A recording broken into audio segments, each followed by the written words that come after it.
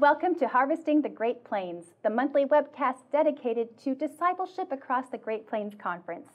As Jesus said in Matthew chapter 9, verse 37, the harvest is plentiful, but the workers are few. Welcome to our show where we celebrate the harvest. I'm your host, Jana McFarland. Today we are excited to have Bishop Reuben Sines Jr., who is taking another tour of the 17 districts across Kansas and Nebraska, this time to speak with clergy about the importance of fully utilizing networks of churches across the Great Plains Conference. We'll hear from the Reverend Melissa Gepford about her goals for her still relatively new role as the coordinator of intergenerational discipleship. And finally, Todd Seifert, our conference communications director, will drop in to share a story about how a community rebuilt after a devastating tornado. Let's get started by welcoming the Bishop Reuben Sines Jr. Thanks for joining us, Bishop. Thank you, Jana. After last year being so packed, you are on yet another tour through the Great Plains. But first, I want to hear about your summer. Were you able to get a little rest? I did. And I spent some time with my children and grandchildren and with mom and dad in Texas. So I was able to step back from the ministry for a few weeks and then think back about how we can get started again and re-engage and get this year started. That's wonderful. Making memories with how many grandchildren now? Eight grandchildren. That's yeah. Wonderful. What a great way to relax before you take on an exciting fall. Right. Well, these visits to all 17 districts come at a difficult in-between time between the 2019 special session of General Conference and the 2020 General Conference scheduled for Minnesota. Right. But this trek isn't all about General Conference. No. What are you trying to share with the Great Plains clergy, and why do you think it's important to be having these conversations about these subjects now? The visit serves several purposes. The first thing is I just want to stay connected with the clergy and celebrate the good work that they're doing. Every time we meet as a cabinet, my first question to them is, what are the good things that are happening in your district? And I just like to hear good stories because our clergy and our congregations are involved in amazing ministries. The second thing is I want to encourage them to stay connected with God and to practice their spiritual disciplines.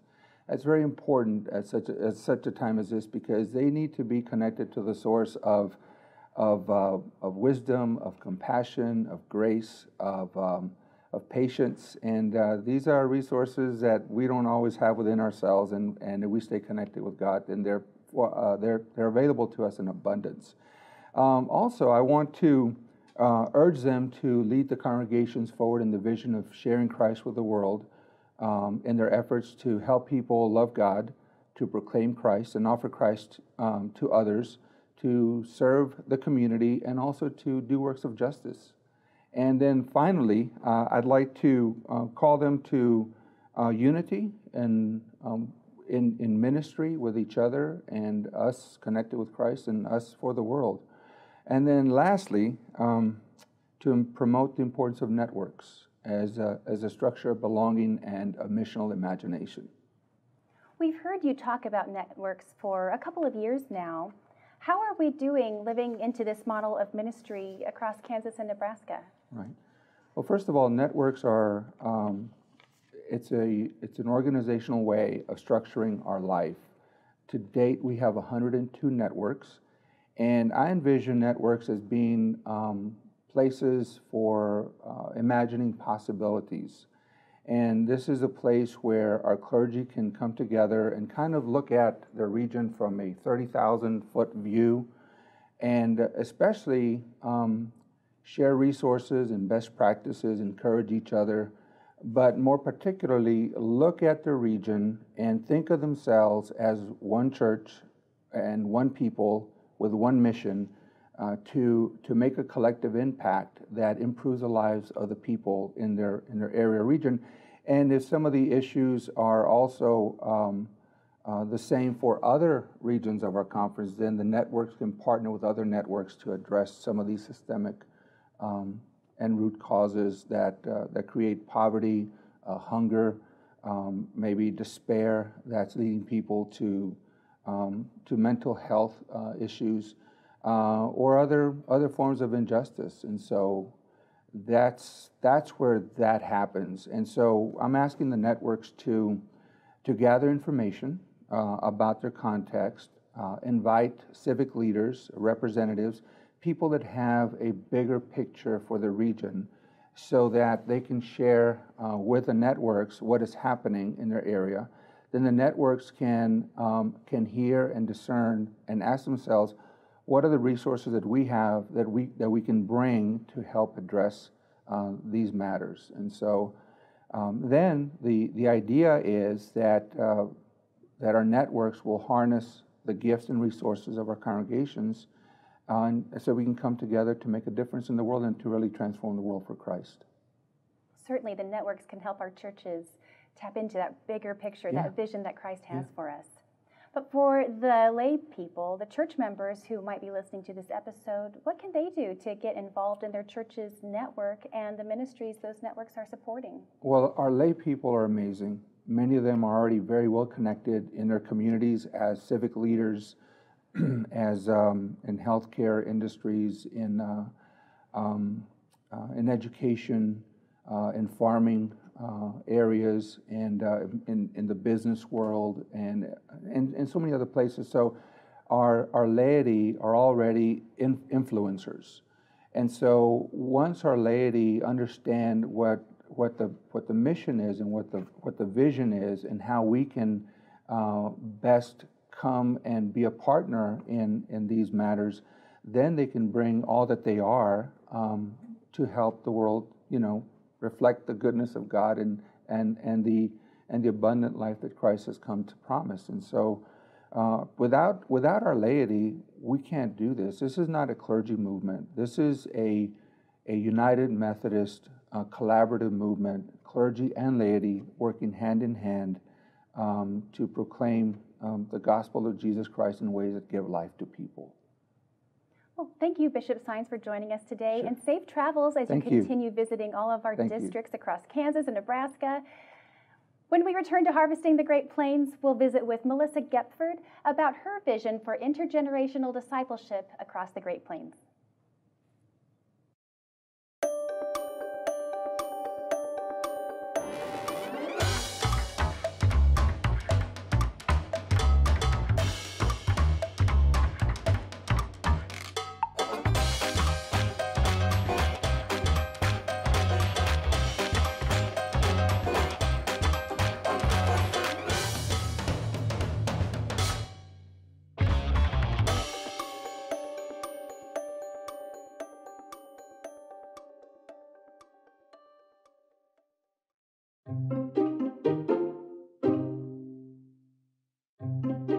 Hello everyone, it's that time of year again. Optional benefits, open enrollment 2020. This year we are going to do it a little different. We're going to have it as a passive enrollment, which means two things. Less work for you. All you have to do is watch for your mail, get your benefit statement. If you like what you have, sign it, send it to your District AA and myself. If you want to change benefits, you will get an email from ADP. That is how you go into ADP and change your benefits and change dependents if you so choose. If you have never been in any optional benefits prior, you will want to contact me direct at 785-272-9111, and I will set you up in ADP and walk you through the process.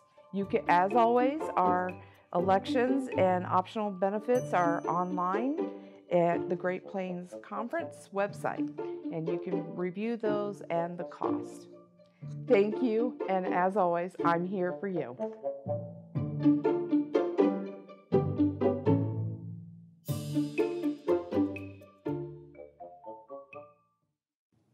Welcome back to Harvesting the Great Plains. Here with me is the Reverend Melissa Gepford, here to tell us about her vision for her new role as the Intergenerational Discipleship Coordinator for the Great Plains Conference. Thanks for being here, Melissa. Thanks for having me. Now, you've had a few months now to get settled into your role, get organized, get to know the people who will be assisting you. But now the ball's really getting to roll now. So tell us, what are some things you've been working on? Yeah, so when I first came in, I really spent a lot of time just getting to know, like you said, getting to know the folks that are already invested in youth ministry and kids ministry and intergenerational discipleship in general. And I learned some incredible things. And so the direction that we're headed for intergenerational discipleship is one of resourcing. So it used to be the case that with youth ministry and kids ministry, we could say Wednesday night is the night. You know, Sunday morning is the time where we're going to get together. We're going to have youth group. We're going to have kids ministry, and that event-based model it has been something that was really the model that they worked with, and so that was also at the conference level as well. We had multiple events. We're moving to more of a resourcing model, and what that means is I will be working alongside our district youth coordinators and other key players to identify grant opportunities, financial resources, information, curriculum, training opportunities to connect with our youth workers and our kids ministers and our family ministers as well. That sounds so important to be developing, because it's one thing to have a heart for youth and to maybe be that volunteer or that employee at a church who really wants to do a good job, but that doesn't mean that we're ever trained for that kind of a role. Right. I mean, having heart for it goes a long way, but the training really makes it so much more effective. Absolutely. So now you've had some initiatives already get off the ground, especially with our kids. Now tell us more about the Kids Cleanup Fund we've been hearing about. Right. So in the spring, we all know that disaster hit the Great Plains, and right at the very beginning of that, Reverend Emily Spearman Cannon from Auburn, Nebraska, now she's at McPherson, but she was at Auburn at the time, she approached me and she said, you know, our kids have this great idea that if we all the kids in the conference just give $1 to help out with the cleanup for these floods, what could we do with that? How could God use that to help bless our communities? And so we ran with it, and I proposed this initiative to our congregational excellence team, and they said, hey, let's do this. And so over the course of the past few months, we've been collecting. And so about a month ago, I released a thank you video. And at that time, we had collected over $2,500 from kids alone who had raised money. They had VBS initiatives to get more, collect more. So they gave more than $1 each, but it was really exciting to see how they raised that money. And since then, it's more than doubled. We have over $6,500 collected that these kids gave. It's just incredible to me to see kids lead the way in generosity and in giving in that way. I think we can learn something from the way kids put their faith into action in that way. We absolutely can. I love the audacity of that goal. Hey, what if every kid in the conference gives $1? A kid has to come up with something like that. Right. We can make it happen. Why not? Why not? Right. That's really wonderful. And then, then the goal would be to keep that vision and that energy going into the teenage years, which can be a little bit of a challenge because teenagers are busy. Right. They're asking different questions. They care about different things. But I think you have some more ideas for how we can cultivate that in our youth as well.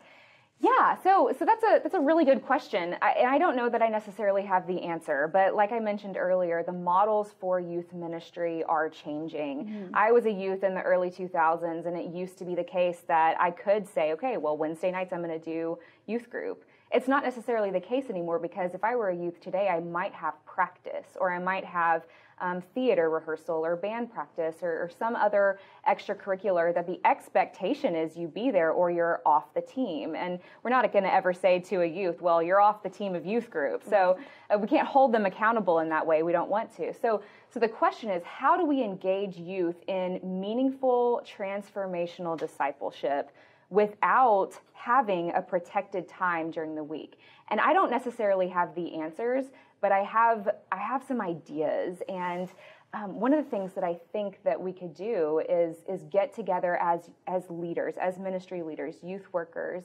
and listen to each other's ideas. I truly believe that this grassroots ministry can start to bubble up if we get together, connect with each other, and start to share ideas.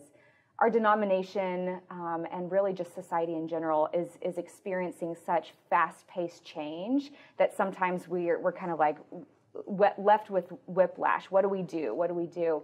And so we can look at that and be afraid and say, and just freeze and say, okay, we're just going to hold on and do the things that we've always done. Or we can look at that and say, it's time to make some changes. And I don't know what those are going to be, but we can try something. And so I've been telling youth workers and kids ministry leaders, if there's ever been an idea in your mind where you've said, what if we could do this? Now is the time to try that. Because we don't know what's going to happen. And that's exciting. Now's the time to try new things for the sake of the mission field and reaching kids and youth and their families. Which brings me to the One Event. Now, you've made some major changes to the way the One Event will look next year. Right. So the One Event is completely reimagined. It was a winter 48-hour youth rally retreat model.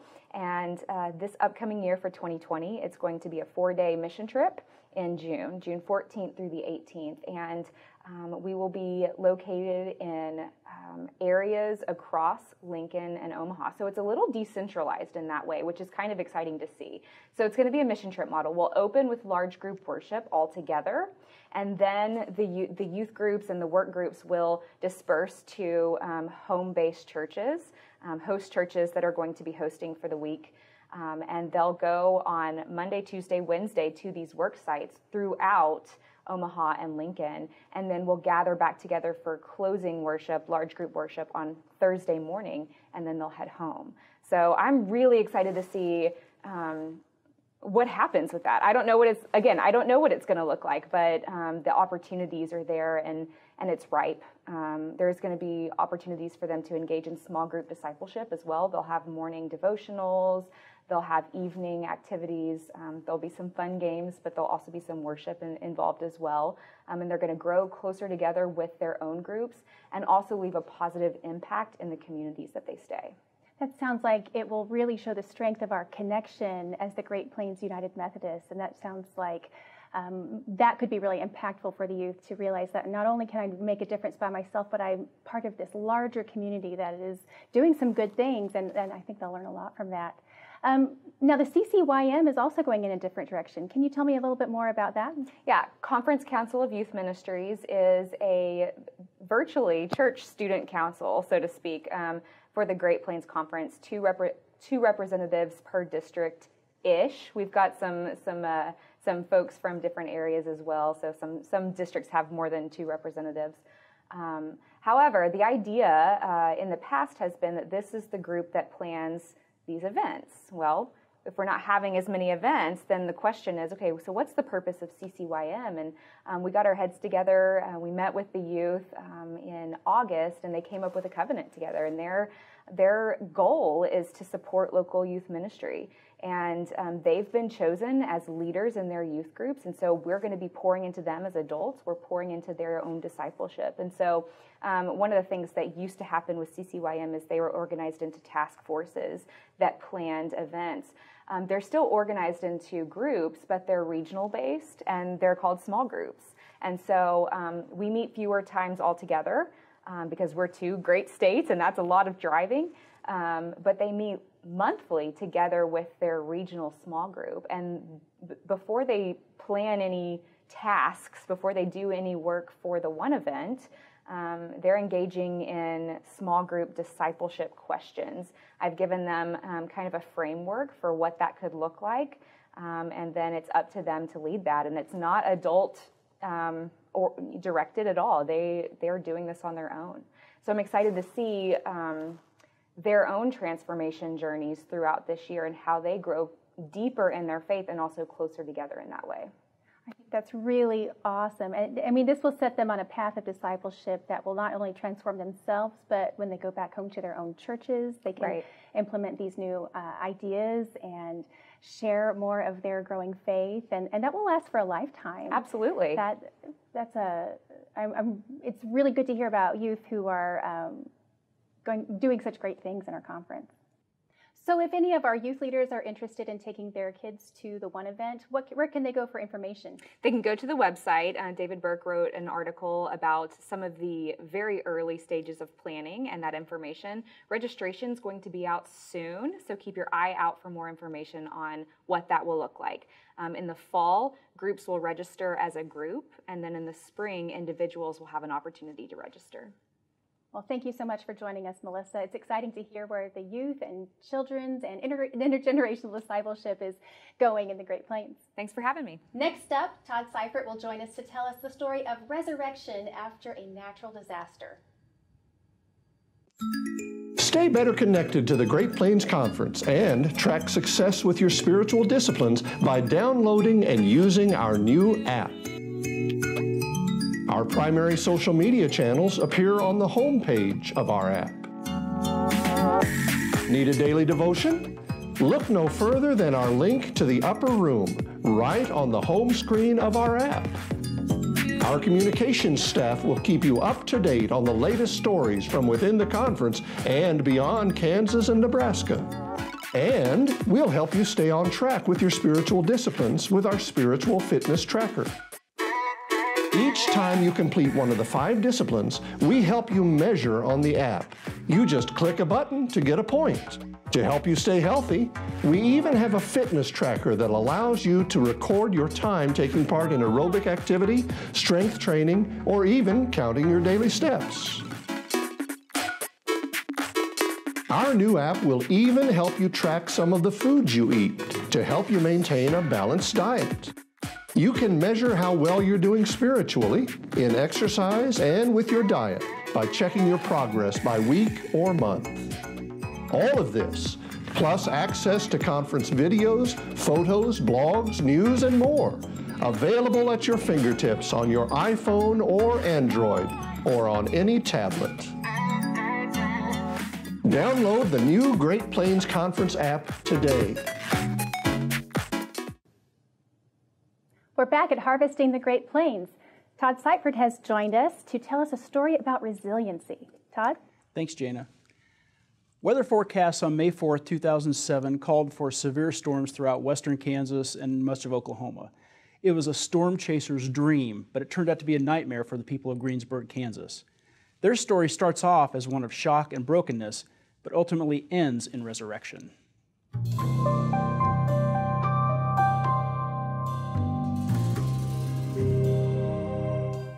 I was actually on the phone with the district superintendent the night that the Greensburg tornado happened.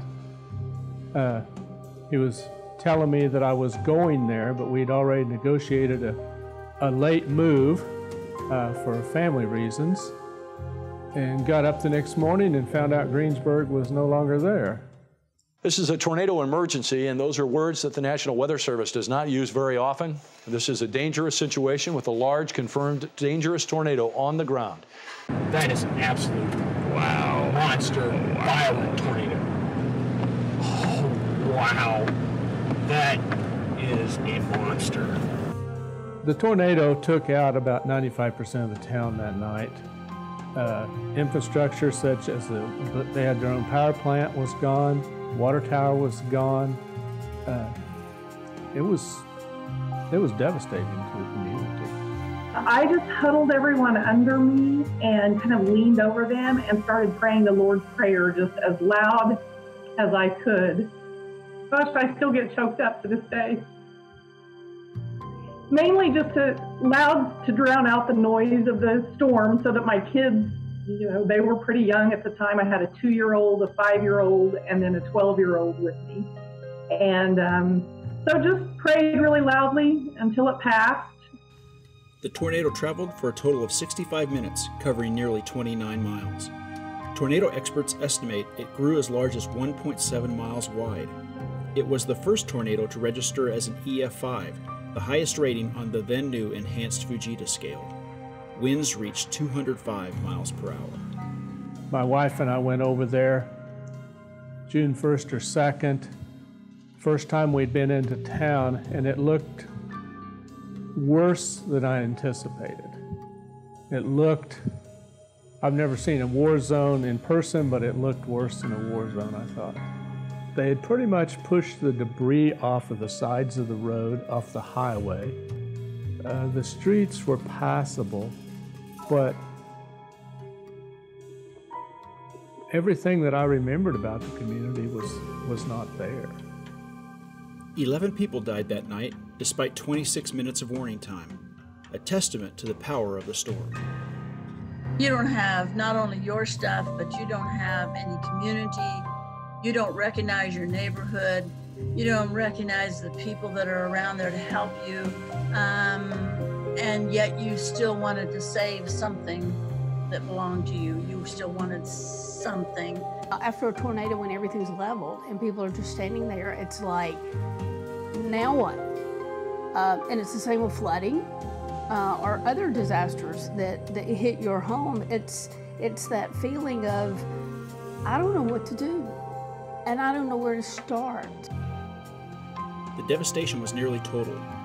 961 homes and businesses destroyed.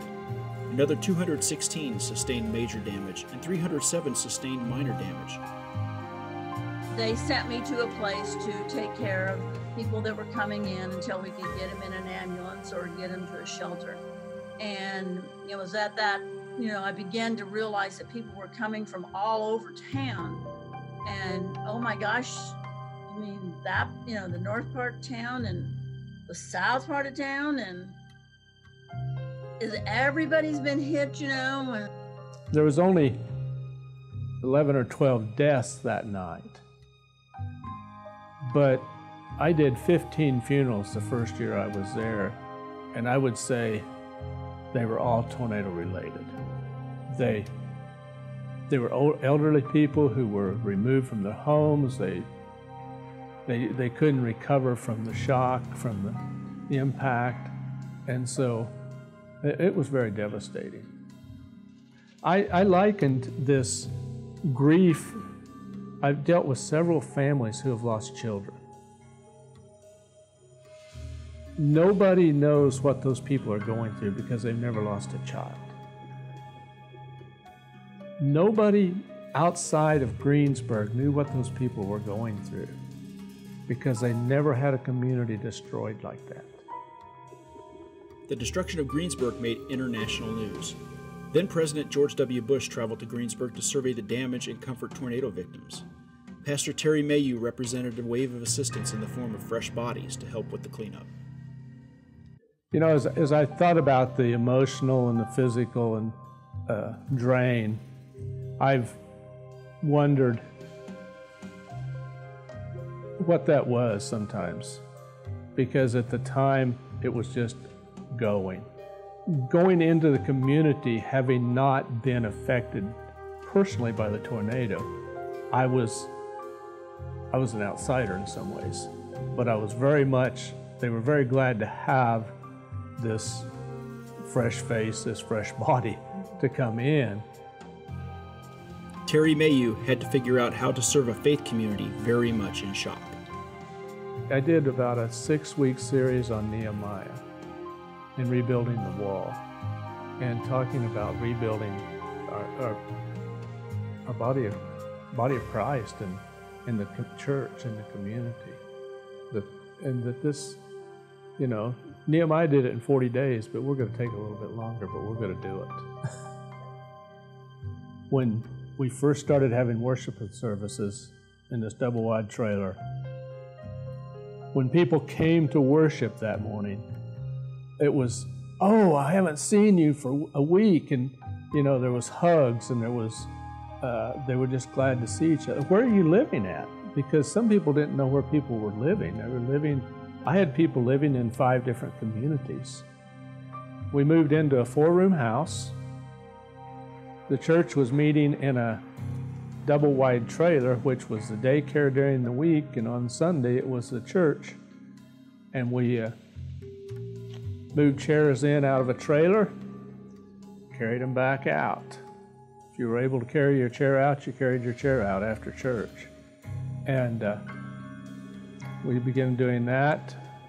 All the meetings took place in our house.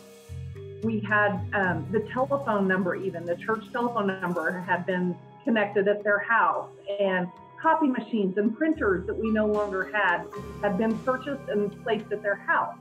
So the only thing that we really did in that double wide was just our worship together on Sunday morning. One of the things within the first year, the Ministerial Alliance owned what they called the Care and Share Food Bank building, which was gone.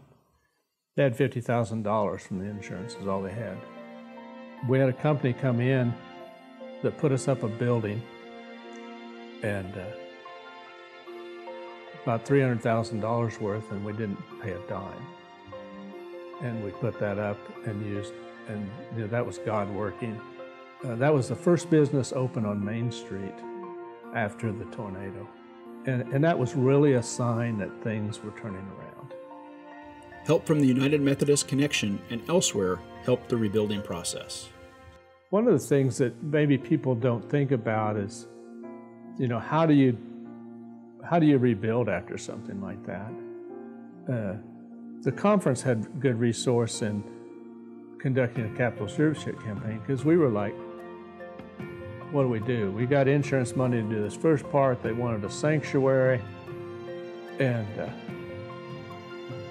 I found out about the resources with the foundation and doing that, and the community, the church came together, all of them building houses, all of them trying to restore their businesses.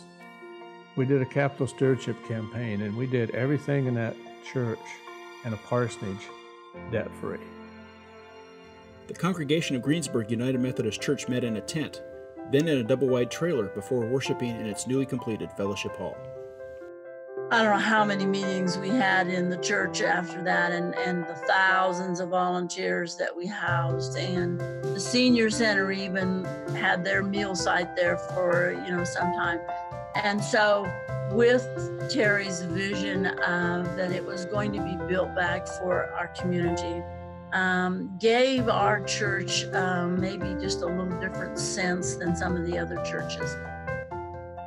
We moved into the sanctuary on Easter Sunday in 2010, and we began worship in the fellowship hall.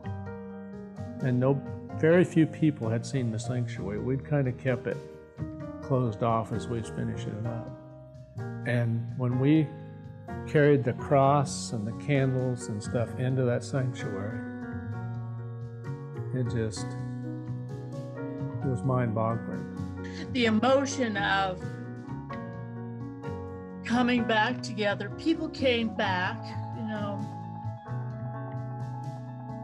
and that sense of the Lord had been good to us.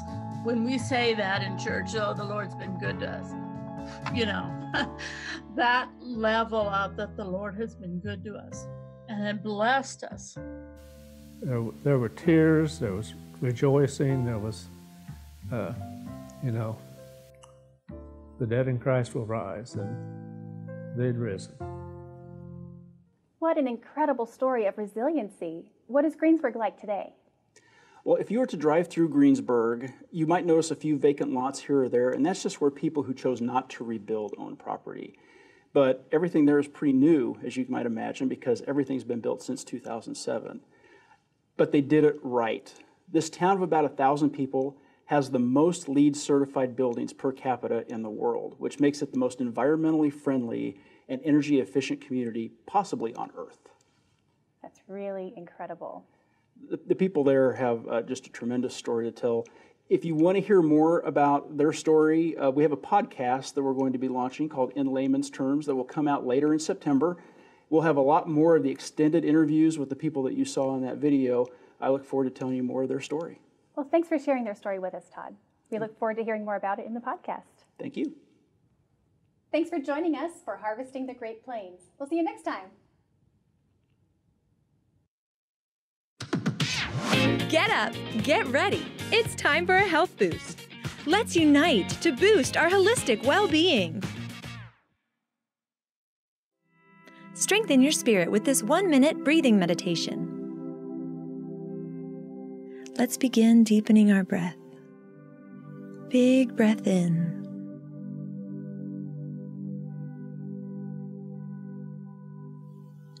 Slow breath out.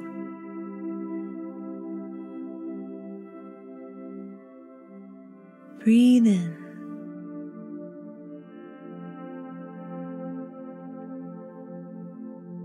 Breathe out.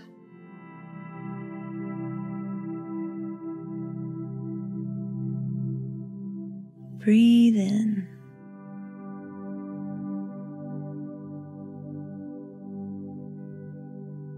And out. One more cycle. In.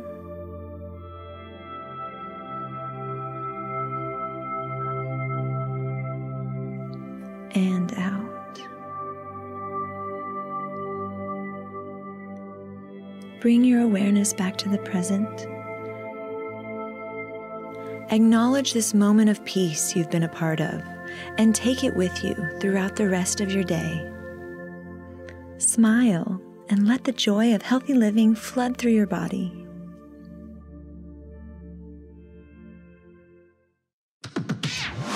Join us in creating abundant health for everyone. Learn more at umcabundanthealth.org.